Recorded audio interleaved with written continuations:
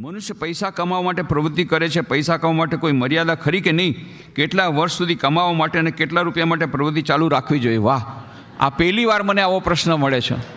હું તો ધન્યવાદ આપું છું જેણે પ્રશ્ન આપ્યો છે. બાકી બધા તો એમ કહે છે અમારે કોઈ મર્યાદા છે જ નહીં.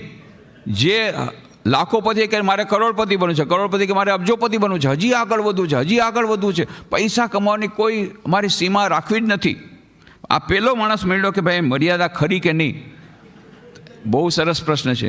તો મર્યાદા આટલી છે, આપણા શાસ્ત્રોમાં કહ્યું છે કે તમને પોતાને કબીરે શું માગ્યું હતું? સાईं इतना देखिए इतना दीजिए जामे कुटुंब समाए और कोई भिखारी भूखा न जाए. भूखारी के संत आवे तो भूखा न जाए. साईं इतना दीजिए जामे कुटुंब समाए. તમારા પરિવારનું ભરણ પોષણ થાય એટલું તો તમારે પૈસા કમાવવો જોઈશે. અને કદાચ હવે આજકાલ તો પેલું કાર્ડ પણ આવી ગયું છે, તમારું સ્વાસ્થ્ય માટેનું કાર્ડ આવી ગયું છે. છતાંય થોડાક તમે મેડિકલ ઇન્સ્યોરન્સ માટેના પૈસા થોડાક રાખો, થોડું એફડી પણ કરીને રાખો, જેથી ભવિષ્યમાં છોકરાઓ તમને કાઢી મૂકે તો ઓલ્ડ એજ હોમ માટેના પૈસા તમારી પાસે રાખો.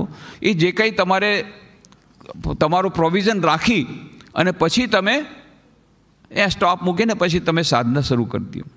પણ એટલે આનું કારણ કે પૈસાની કોઈ લિમિટ નથી અને આખું જીવન પૈસા કમાતા કમાતા જશે ને એકય પૈસો સાથે નહીં જાય એની ગેરંટી હું તમને લખીને આપી શકું છું. કે કોઈ યમરાજ તમને તમે ગમે એટલું 50% પણ તમે આપશો ને કે પૈસા યમરાજ 50 તારા ચાલ 50 મારા, તો યમરાજ તમને પૈસા એકય લઈ જવા નહીં દે.